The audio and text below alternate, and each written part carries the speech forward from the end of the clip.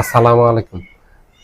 বর্তমান সরকার বা বিএনপি সরকার অথবা তারেক জিয়া সরকার যেটাই বললেন, এই সরকার আমি চ্যালেঞ্জ দিয়ে বললাম 6 মাসের বেশি টিকবে না। কারণ হলো, এটার অন্যতম কয়েকটা কারণ আছে। প্রথম হলো, মানুষের ক্ষোভ আছে এই বিএনপির প্রতি 5ই আগস্টের পর থেকে। কারণ বিএনপির কাছ থেকে মানুষ 5ই আগস্টের পর এই ধরনের আচরণ আশা করেনি, যে বিএনপি চাঁদাবাজি করবে, টেন্ডারবাজি করবে, দখলবাজি করবে, যেগুলি গত 17 বছর আওয়ামী লীগ করছে। আওয়ামী লীগ করে আওয়ামী লীগের বিরুদ্ধে একটা বিপ্লব ঘটে গেছে। ঠিক একই কাজ বিএনপি বা তার অঙ্গ সংগঠন করবে এগুলি আশা করেন, কিন্তু 5ই আগস্টের পর মানুষকে হতাশ করে দিয়ে মানুষ একেবারে আশাহত হয়ে গেছে বিএনপি রাজনীতির প্রতি।